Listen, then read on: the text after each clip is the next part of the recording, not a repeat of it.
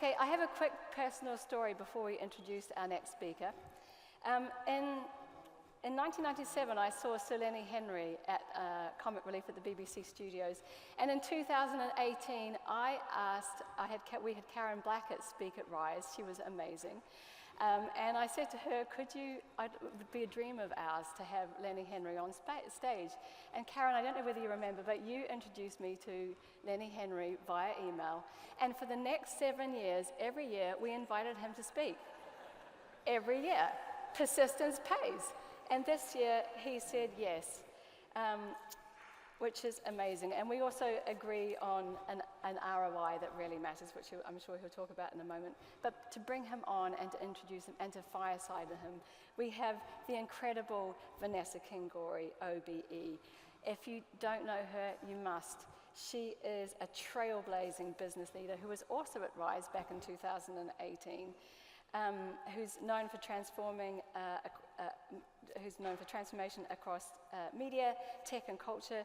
With over 20 years in the creative industry, she's pivoted into big tech and now is Google's Managing Director for Technology, Media, and Telecoms. She was appointed in 2023 to lead AI-driven change, and her career is filled with firsts. She's amazing. From becoming British Vogue's first female and first black publishing director in over a century to transforming revenue and purpose at Condé Nast. I'm not even finished yet, this is incredible.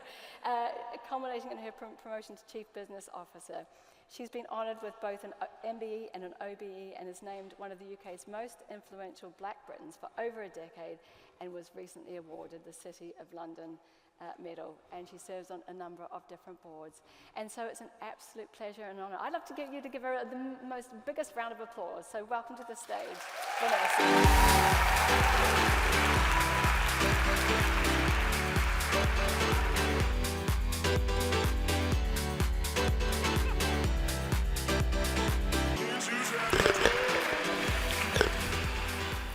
Hi. That's a way to make an entrance, isn't it? Hello, everyone. It's such a joy to be here with the kind of best and brightest of our industry. It's also really awkward to listen to your own introduction. So Lenny is hiding around the corner, and it's always, I think it's kind of awkward to introduce someone who needs no introduction.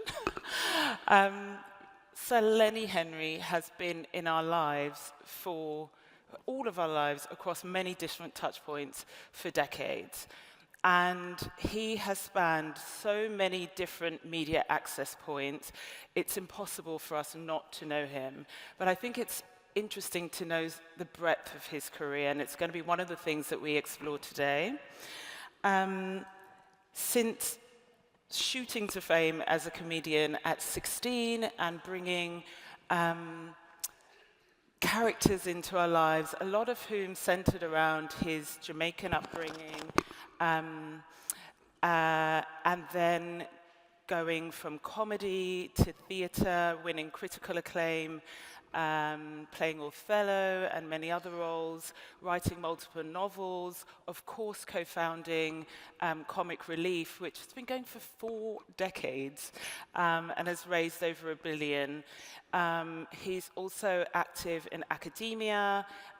He has launched the Sir Lenny Henry Centre for Media Diversity, which supports inclusion and research around how to include well. He is an extremely interesting man, but also a very funny man, and had me laughing backstage and not preparing as I should have been. So please welcome Sir Lenny Henry to the stage. Did a full 180, thinking about the way I was. Did the heartbreak change me, baby? I'm good. You know who I am, really. I'm sitting here. I'm sitting here. Where do you want to sit? Which side did Eric Morecambe sit on? I think it was here. Are you sure? Hello? This is a good room. Does it sound all right? We sound quite echoey. Hello? Hello? And then a big airship comes in and just stays there above your heads. So this is what it's going to be like the whole way through. I love this. This is a good thing. It's nice, right? These people have been brought here this morning for who knows what. Brought in? From where? Nobody knows what's going to happen today. I think they're here of their own free will. Is there going to be food or anything? Because these guys are going to get hungry in a minute. I don't know. Hangry. Are you hungry? Oh, no, I'm all right. I'm ready to go. So go for it. We're going to have a bit of a chit-chat, but we're also going to have a couple of questions if there is time. Yeah, sure. Whatever you want to do, I'm happy to be here. Okay. It's lovely to be here. It is. Out of the house, basically. I know, you're out of the house. You're out of the house often. You do a lot of things. Yeah. I was just talking to everyone about your career. Were you? Yes. Why? You were joking backstage because they kind of want to know a bit about you. They've come here early in the morning to learn some things from you. Why? Anyway. Haven't they got jobs? Yes. You're going to help. Haven't you got work to be doing? This is work. Oh God, I really? know. We're doing it all wrong. So. We need to start drinking now. Don't do that. I want to talk to you a little bit about career and a non-linear career. Because I know for a lot of people in the room, a lot of people are navigating shifts in their existing roles, changing roles. I believe in pivoting your career. We're just talking a lot about all of the different spaces you've shown up in.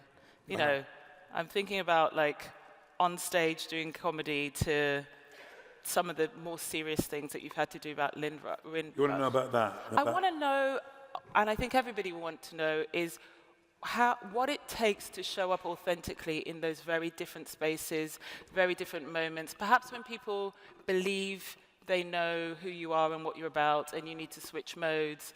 How do you show up authentically in those spaces? I think if you're from immigrant background, it's something that comes baked in. My parents were immigrants, they came to this country. They were part of the Commonwealth, they were welcomed into the country, but the minute they got here, because they looked different to everybody else, they had to figure out a way to work out who their tribe was, who their allies were going to be.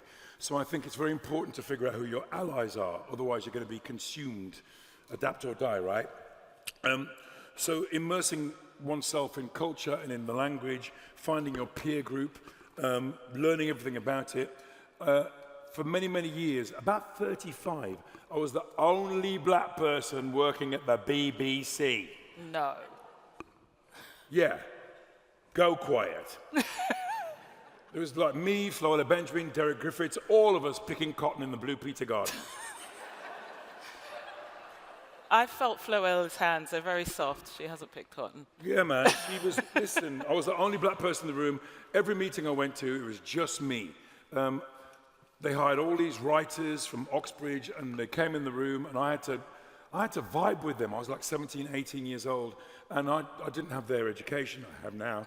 But I didn't know how to, I had to learn how to relate to them and talk to them, and I did. Because I was young, and I was enthusiastic, and I wanted to learn.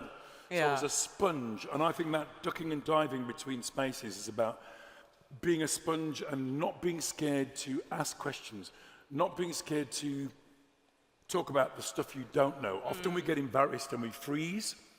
Oh God, I don't know that. What am I? Jesus, I better just don't go quiet. Don't shut up. Ask questions. Ask the question. Or be really annoying. Your colleagues are going to love you. But what do you mean by that? What does that mean? What do you mean quartile? Why don't you speak English? So I asked lots of questions. As a comedian, I was always going into the older comedians' dressing room and saying, how do you do that? All of them. Tommy Cooper, Eric Morecambe, Little and I just went to I said, how do you do that? How have you amassed this material? How do you try it out? How do you know it's going to work? And I think in marketing, particularly, that's a model, isn't it? You figure out sort of focus group things, right? You ask people what they think about things. It's true. Why don't we apply that to our own careers? Yeah. But so for me as a kid, I was going, well, I'd watch a brilliant, like, headlining comedian, and I'd definitely say, listen, you know, when I work, I tend to do this. He said, well, you've got to look at those guys too. I'm catching your They've mic. paid money. Sorry, thank you.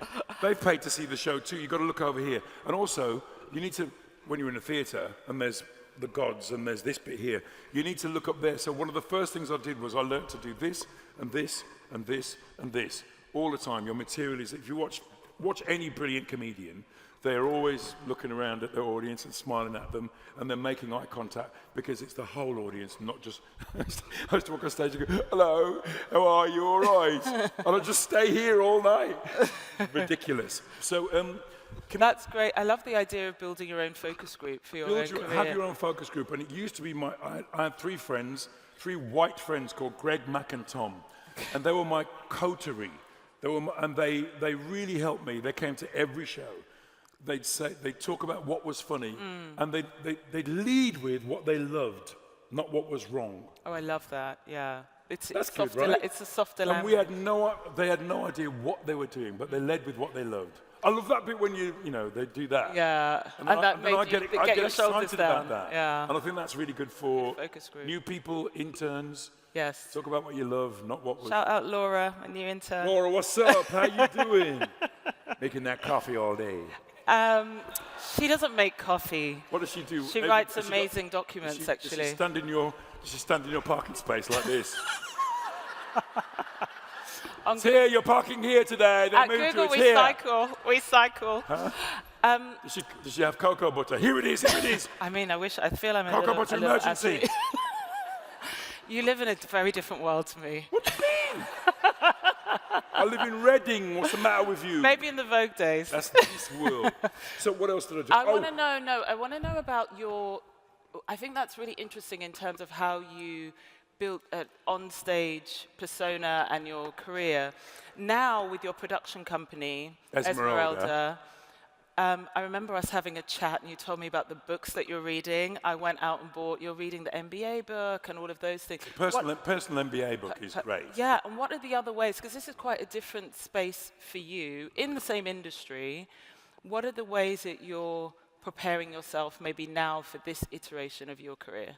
This is my third company, and I'm going to get it right one day.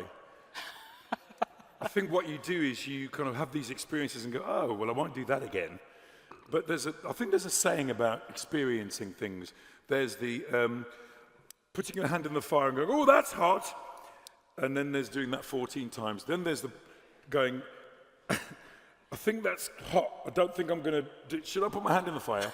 And then there's thought and thinking about things and going, I reckon that's, because that roasts chicken, so I don't think I'm going to put my hand in that fire. So there's experience, there's reading, and then there's just thinking things through.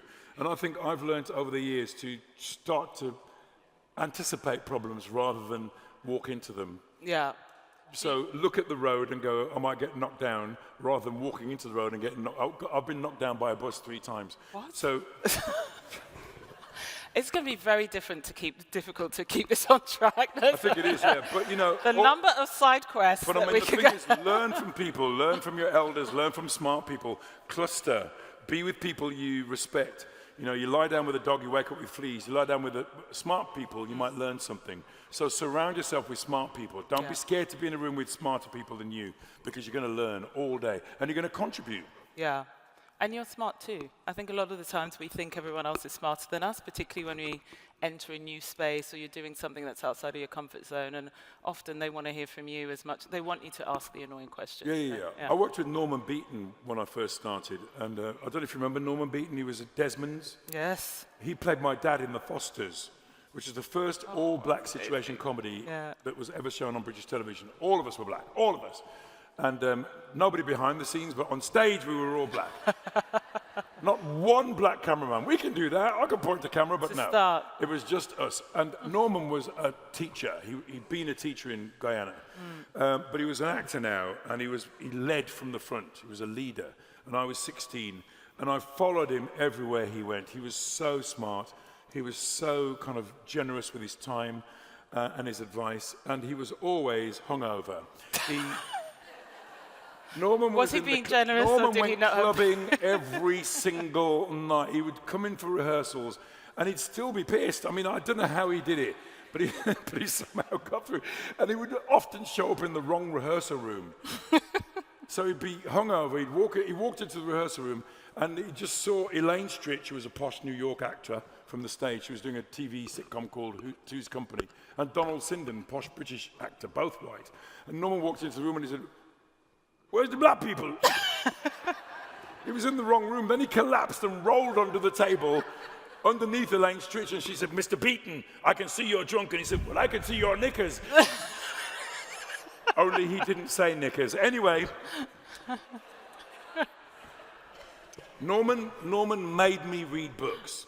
I mean, I read anyway, but Norman recommended certain you're quite books for me prolific to read reader. about business, about American civil rights, things, value propositions from Malcolm X and Martin Luther King, about British history, about politics. He made me read books, and he made me go to the theatre. Amazing. Go to the theatre. You want to be in this business, go and watch people. Even when you were doing comedy? Well, I was like a child. Yeah. I didn't know about the theatre. And also, the brilliant Carmen Munro was in The Fosters too. She was his wife in Desmond's. Said, you should be having movement lessons. You should be learning how to speak. You should be studying Shakespeare. I'm like, I ain't got time to do all that. I'm 17. Did you do it? No, of course not. I did it when I was 40. So your advice here is don't take advice. Well, I don't know, you know. I mean, if I had my time again, I'd do everything the same. But looking as a grown-up at what Carmen was saying, she was making... So you can give advice fresh and firm in the knowledge that that young person might not take it. But maybe they'll get a speck of it. I guess, you know, that's a good thing to hang on. So for you, and with all those experiences, all these spaces, what do you do now for young people as you see coming into the various different industries that you occupy? How can people make people feel centered and belong? I think if you're the boss, you can do a lot. So I was the first black person to have his own TV show on British television from the early 80s all the way through into the noughties. And I've had 3 production companies. I'm on my 3rd, Esmeralda. I'm rooting for Esmeralda. We're going to be great. And you do things in all these spaces, but sometimes it works, sometimes it doesn't matter. You just keep moving forward and be optimistic. Sounds of Blackness, produced by Jimmy Jam and Terry Lewis. And so when you're in that position and you're the boss, what you can do is you can open the door. Yes. Often the door is closed and you cannot get in. But if you're the boss, you can open the door. And when you open the door, you'll find all these people behind you going, hooray! And then you shut the door and go, shit, what am I going to do? And then you open the door and let them all in. So you have to let people in. Yeah. And you have to allow them through the process of development, in terms of my industry, development, generating material, interviewing, pitching. You have to give them the experience. And as a producer, my job was to introduce the world to Bass Blackwood, Caroline Lee Johnson, Roger Griffiths, people like Chris Tummings, people like that, Debbie Bishop, putting them on television and going, here, look at these people. They're really talented. And you won't have seen them because they're not allowed to be on the telly for some reason. And for the first few years of my TV show, my thing was saying, well, who can we have in this? And can Polly MacDonald, who was this wonderful woman who ran Crucial Films, I often used to say to her when we were doing a show, ooh, it'd be nice to have some black loveliness in this.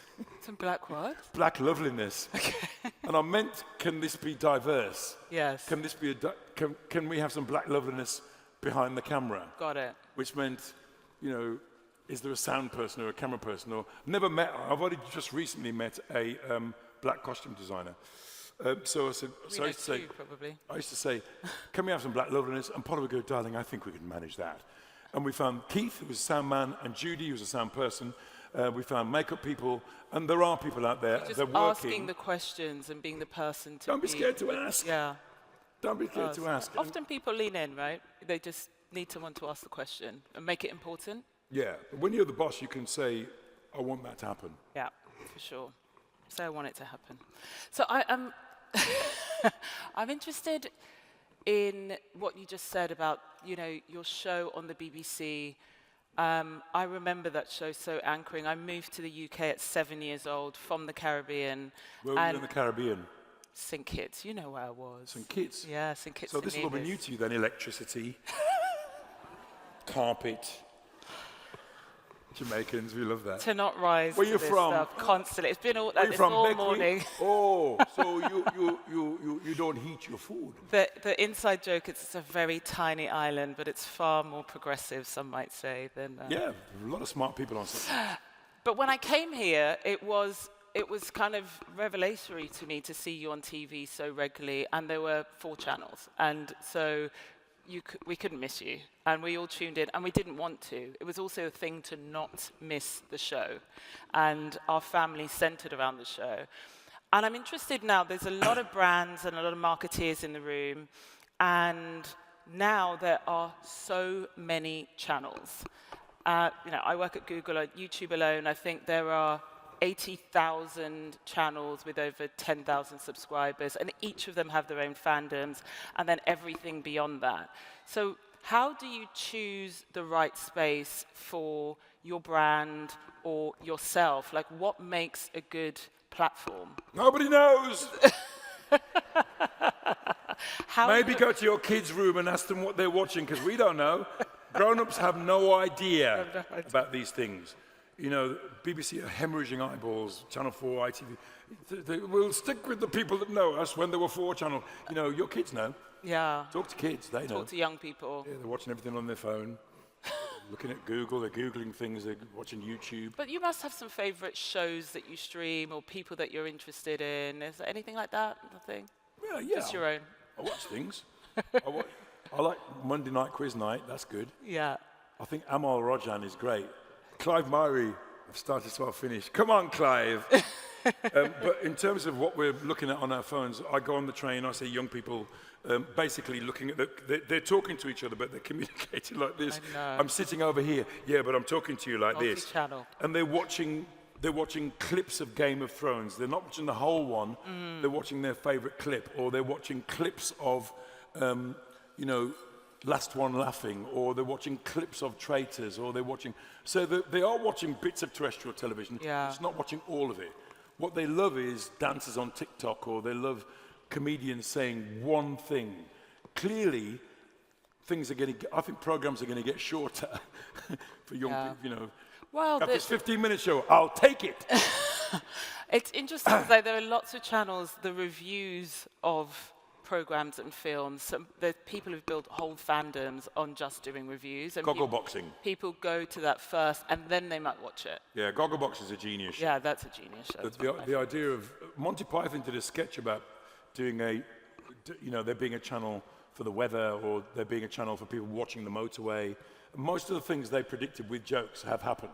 Yes. And I think the whole thing about presenting your authentic self, which is what a lot of these platforms do, it's people just going, I love gardening, I just love gardening. And so they'll do gardening, start filming themselves gardening, and then the next thing you know, they've got 100,000 followers or 200,000 followers. Same with cooking, same with weather watching, same with clothes. Like gel. Have you seen that guy who's clearly sitting in his bedroom with his phone going, great hair, I love that hair. Love him, Blake. Hate it, not sure.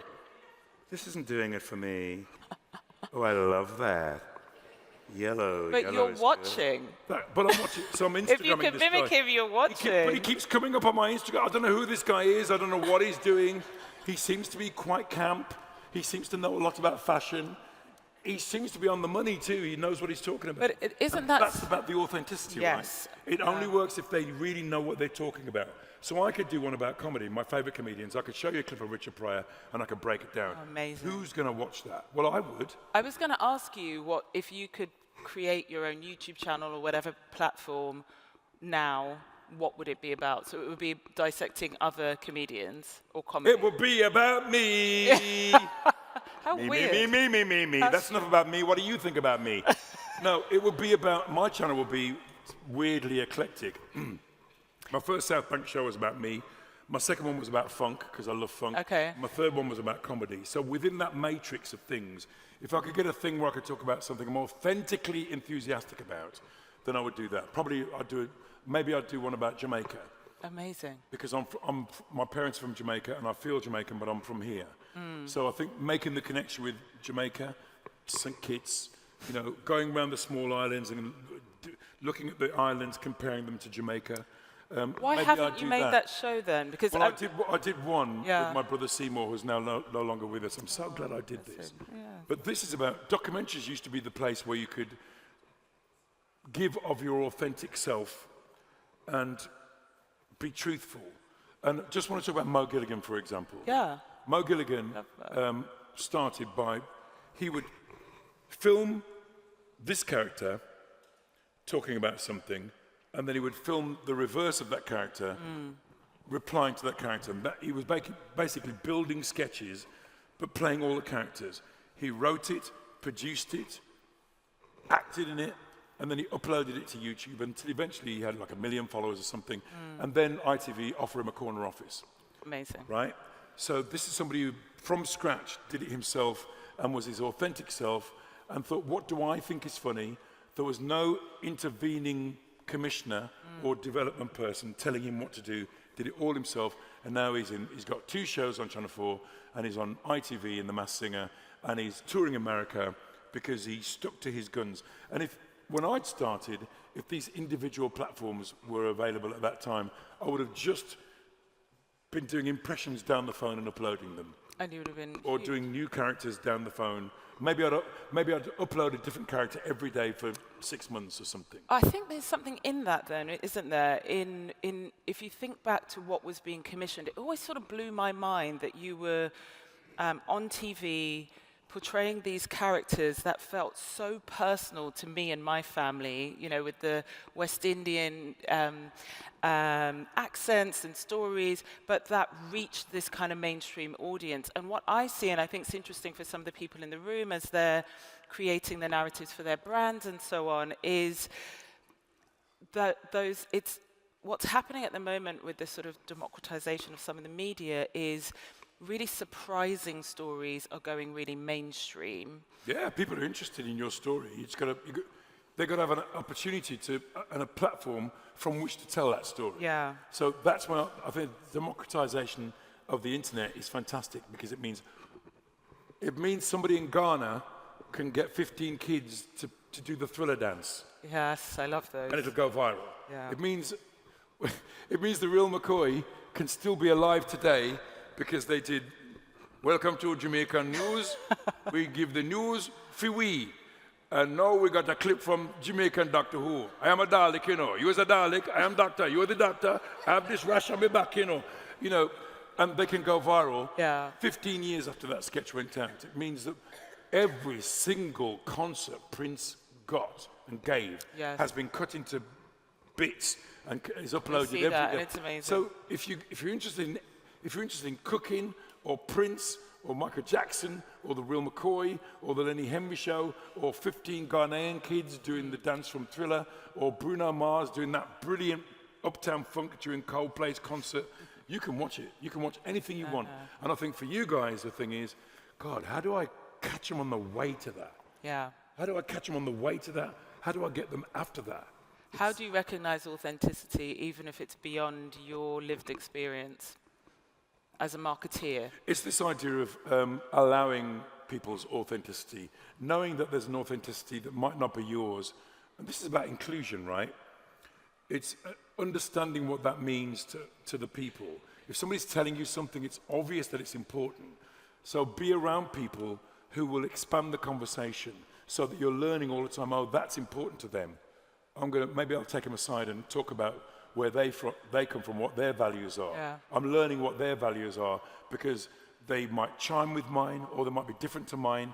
But if the table allows a varied group of people, then you're going to get a varied amount of opinions, which means that you know more. Know more stuff about the people you're pitching to. Know more stuff about what their values and propositions are, because that will open the door a bit to what you're pitching to them and to the world. I love that. I believe Ozempic is our future. That's an inside joke. That's a song, isn't it? If that's not a song, that should be a song, right? I am going to rap now. Mount Jaro. Whoa. Well, I've been told that we need to wrap up. I know that we're not Who going told you that? I know. I'm loving this. Can't we do this just all day? We're going to basically do it off. At midday, when the cocktails arrive, then we'll start talking. That's when Girl, things you go should have up heard and up. about her. Oh, we've got a special thing to do. Yeah. Okay. Guys, we made it. You had a whole plan written down. I know, forget it. I showed him this. He's like, good luck. But I knew it was going to be like this, and this know is any what I was jokes? excited for. I was going to ask you if you know any jokes, actually. Isn't that the comedian's least favourite question? Do you know any jokes? Oh, God, every cab driver. But Got any we- jokes, Len? Go on then, tell us a joke to wrap us up. So a salesman knocks on a door, Len. He knocks on a door, and there's a kid, and the kid's wearing a negligee. Little boy, wearing a negligee. He's got a cigar, and he's standing there, and the salesman says, "Is your mum and dad at home?" And the kid says, "What do you think?" Please, let's thank Lenny Henry. I like that amazing. joke. A black woman told me that joke. And she couldn't stop laughing when she was telling it to me. I just want, before we close, I have two things. I wanted to tell you some of the takeaways I wrote down from that. We're going to have takeaway. Just a quick, no, yeah, maybe later after the cocktails. That kind of takeaway, okay. I wrote down go clubbing every night. But I also wrote the power of allyship. Allyship Having is allies, important. building your personal focus group in your career, which I absolutely love. But anybody can do that. Reading lots, giving advice, opening the door, taking advice, build authenticity, but also build a table that can help you access authenticity. These were gems wrapped up in a crazy bubble of love, and thank you very much. I Lenny. love you guys. Thank you. I hope that was useful. Peace. Now, we are well over time, but before we go, both Lenny, myself, and the lovely Ali would love to recognize someone who's very dear to us, and we believe, and I think you all will as well, has been a pillar to our community and to my career personally, someone I love hugely, who has had impact well beyond the length of her career, deep-reaching in ways you know and you might not know. Karen Blackett, please come up. Karen Blackett's here, ladies and gentlemen. That was amazing.